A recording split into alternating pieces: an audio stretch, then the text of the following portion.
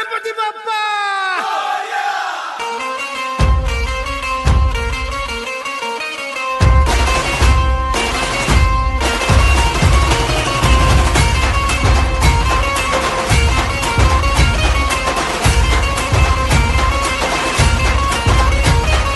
पायल नमन करुणी वंदन इडा मांडून इडा देवाला इडा गावाला इडा पाटलाला इडा मंडळीला